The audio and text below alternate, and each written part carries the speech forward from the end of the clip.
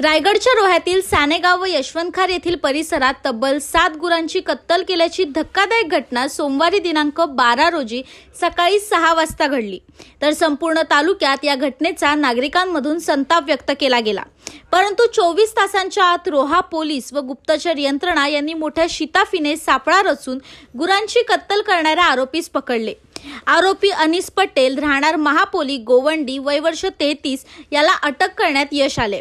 तर अन्य आरोपी फरार असून त्याचा शोध प्रगतीपथावर सुरू आहे। यात रोहा पोलिसांच्या कामगिरीचे सर्वत्र कौतुक केले जाते। दरम्यान रोहा पोलीस निरीक्षक देवीदास मुपडे यांनी रोह्यातील नागरिकांना आवाहन केले। दिनांक 12/8/2024 रोजी रात्रीला ही घटना घडलेली आहे यशवंतखार आणि सानेगाव परिसरामध्ये।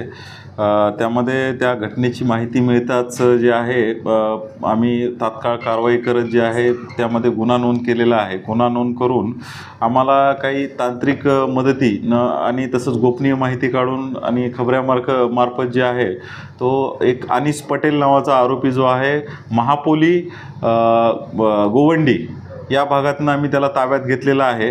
तसेच त्या गुन्ह्यातील जी आहे गाडी जी 4 व्हीलर वापरली होती गुन्हा करण्यासाठी स्कॉर्पिओ आहे ब्लॅक कलरची, तीही आम्ही ताब्यात घेतलेली आहे आणि इतर आरोपी जे आहे ते ताब्यात घेण्याचा आम्ही प्रयत्न करत आहोत।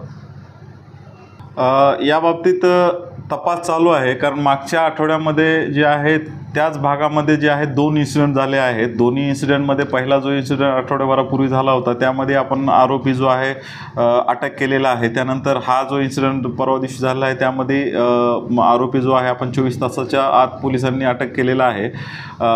परंतु अद्याप दोन्ही गुन्ह्याचा तपास चालू आहे।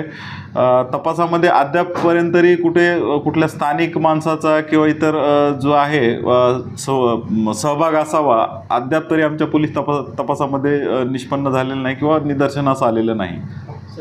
सर्व रोहा तालुका व रोहा परिसरामध्ये जेवढी गावं आहेत जी शेतकरी किंवा जे गुरे पाळतात या लोकांना पोलिसांकडून एवढंच आव्हान राहील की आपली जनावरे जी आहेत ती त्याच्यासाठी गोठा बनवावा किंवा त्यांना सुरक्षित ठिकाणी जे आहे ठेवावे, जेणेकरून याच्यामध्ये चोरीचंच प्रमाण सोडा परंतु जे अपघाताचं प्रमाण आहे त्या अपघाताचंही प्रमाण ही जी जनावरे आहेत त्याच्यामुळं होण्याचं प्रमाण जे आहे वाढलेलं आहे। ही रात्रीच्या वेळी जी आहे ही जनावरं रोडवरती येऊन थांबतात आणि मग जे जाणारे वाहन आहेत समजा